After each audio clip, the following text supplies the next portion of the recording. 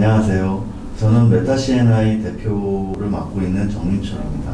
메타-CNI는 시스템 반도체, 특히 OLED 패널을 채용한 스마트폰의 디스플레이에 들어가는 반도체 칩을 생산하고 있는 반도체 설계 전문 팹리스 컴퍼니라고 합니다. 창업한 지 만 2년이 조금 넘었습니다. 여러 고객 파트너사들과 함께 협업을 하고 있고요. 올해는 대략 한 75억에서 80억 정도 매출을 바라보고 있습니다. OLED라고 하는 것은 유기 발광 다이오드라고 하는데요.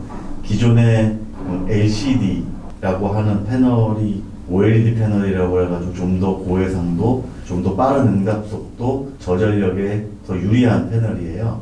그게 지금 한국의 삼성전자라든가 LG 디스플레이 같은 데서 아주 본격적으로 추진하고 있는 패널입니다. 한국이 가장 큰 강점을 갖고 있고 한국 디스플레이 산업이 현재 세계적으로 가장 큰 마켓쉐어를 가지고 있는 패널이라고 볼 수 있습니다.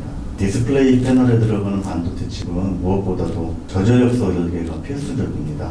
왜냐하면 그게 이제 핸드폰에 쓰이기 때문이죠. 핸드폰 안에 들어가는 것이다 보니까 다른 구성 요소 대비 전력 소모가 아주 적어야 되는데요. 메타-CNI는 고객사의 니즈에 맞는 저전력 칩을 설계할 수 있는 역량과 기술을 보유하고 있습니다. 또 점점 스마트폰의 화질이 좋아지고 있어요. 화질이 좋아진다는 것은 해상도도 좋아진다는 것인데요. 프레임 수가 많아져야 아무래도 화면이 부드럽고 선명하게 보입니다. 이렇게 많은 프레임 수를 감당하기 위해서는 디스플레이 구동칩이 굉장히 빠르게 고속으로 움직여줘야 되거든요. 그러니까 메타-CNI는 이렇게 고속칩을 만드는데도 특화되어 있어요. 저는 전자공학과를 졸업을 했고요. 군대 갔다 와서 복학하고 졸업해서 93년에 대기업 반도체 부서로 입사를 했습니다.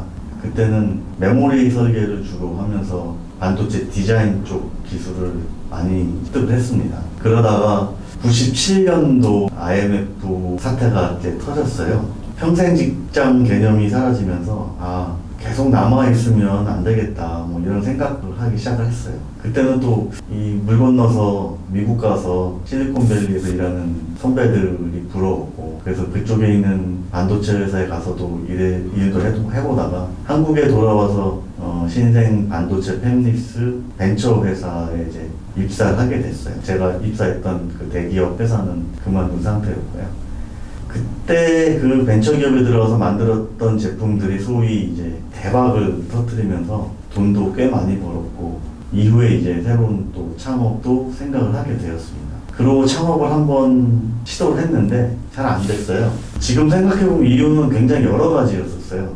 근데 일단 그때는 너무 제품의 성능 위주로 생각을 했었어요. 좋은 기술로 좋은 제품을 만들어서 시장에 내놓으면 기업들이 앞다퉈서 저희 제품을 사갈 거라고 생각을 했던 거죠. 사실 회사가 잘 되기 위해서는 많은 부분들이 다 유기적으로 잘 돼야 되는데 특히 세일즈 채널 같은 것들이 좀 잘 돼 있어야 되거든요. 투자도 잘 받고 또 이런 것들이 조화롭게 돼야 되는데 그것들을 전혀 몰랐어요. 좋은 제품 싸게 만들면 된다 이런 생각이 지배하다 보니까 이게 실패의 원인이 됐던 거죠. 현실은 절대 그렇지 않았어요. 결국 한 3년 운영하다가 재고 그 다음에 부채 이런 것만 잔뜩 남기고 폐업을 할 수밖에 없게 되었습니다. 시대의 흐름도 있었어요. 소위 이제 패러다임 시프트라고 하는데 이게 너무너무 빨리 변하더라고요. 당시에는 사람들이 다 폴더로 된 피처폰들을 많이 쓰고 있었어요.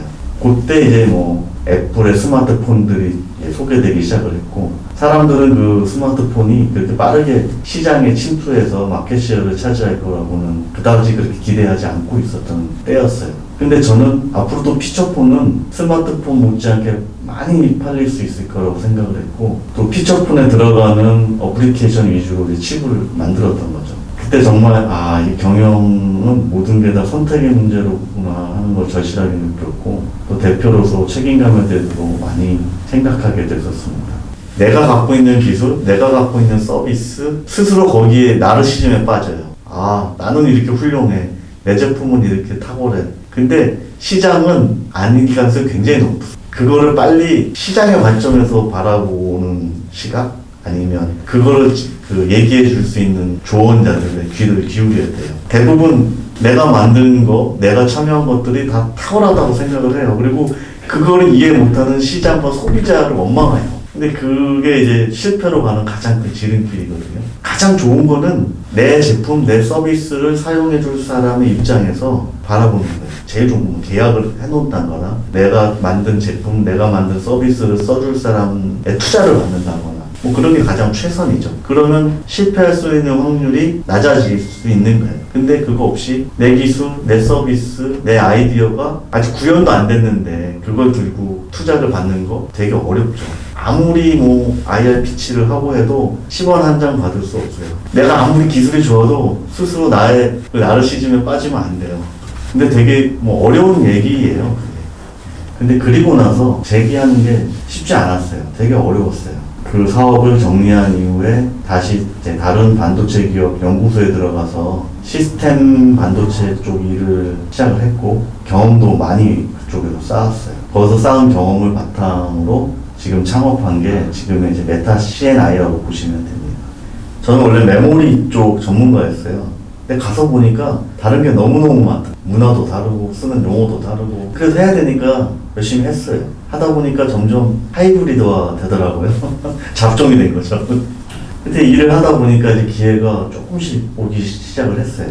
시스템 반도체에서 메모리를 되게 많이 쓰는데 되게 비효율적으로 쓰고 있는 것들이 제 눈에 들어오기 시작을 했고, 저는 아무래도 메모리 쪽 경험이 있으니까 제가 갖고 있던 지식들, 새로운 기술들을 잘 접목하면 굉장히 좋은 칩들을 만들 수 있겠다는 생각이 이제 들기 시작을 했습니다. 그렇게 2018년쯤인가 다니던 회사를 그만두고 나와서 창업을 다시 했고요.